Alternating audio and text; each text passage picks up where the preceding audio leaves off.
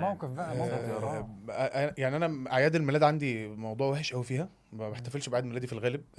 ده بدأ من موقف صغير حصل لي وانا صغير، هو حصل في الشرقيه عشان لو اسلام عايز يضحك قبل ما نبدأ الموضوع. احنا كان عندنا محل حلويات واحد في الزقازيق كلها، هو اسمه قصر بسام. احنا طلبنا التورته على اساس انها تجيلنا على البيت، على اساس ان دي حاجه يعني متمدنه قوي وحاجه شيك يعني. طلبناها واتاخرت، العيد ميلاد قرب يخلص والناس بتروح وكده والتورته ما جاتش. احنا تاني يوم قرينا في الجورنال ان الراجل اتقلب في الترعه بالعربيه وما جالناش، بس هو الحمد لله سليم يعني. فكتعويض من اهلي عن ان انا احتفل بعيد ميلادي، قررنا هم يحتفلوا في المدرسه.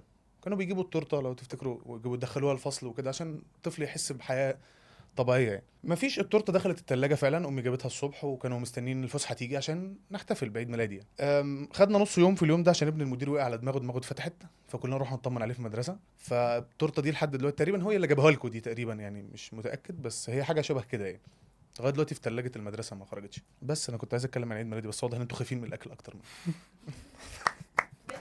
لا ما ضحكتش ما ضحكتش. لا دي مش ضحكه. لا انت ضحكت يا اسطى، انت ضحكت انا ما ضحكتش بصراحه.